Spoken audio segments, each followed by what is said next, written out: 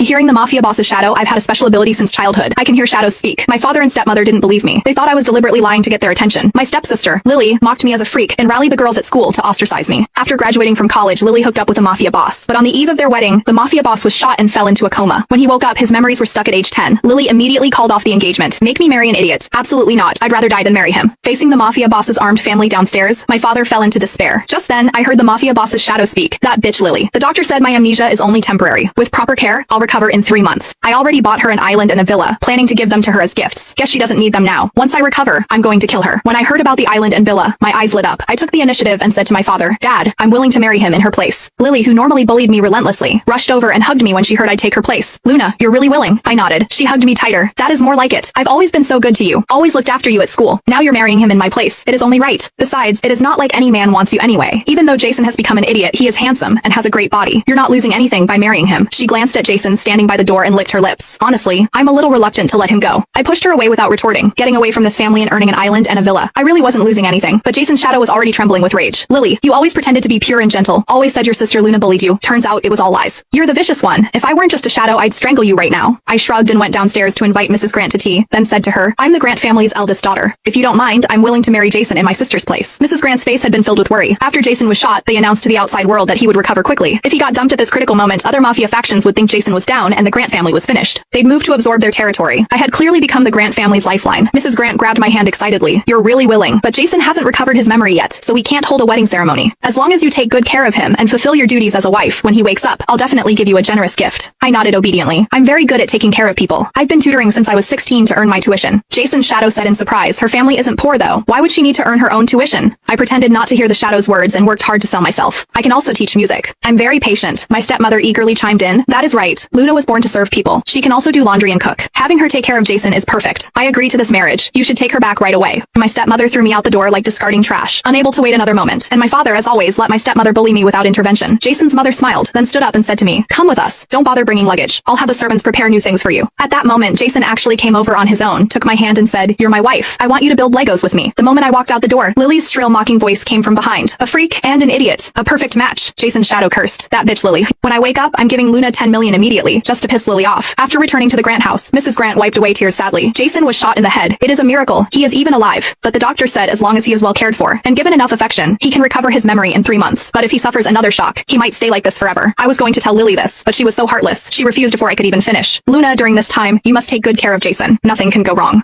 What Mrs. Grant meant was that I needed to stay by his side to help awaken his memories. At the same time, Jason's current condition couldn't be seen by outsiders. She was busy fending off attacks from competitors, so she needed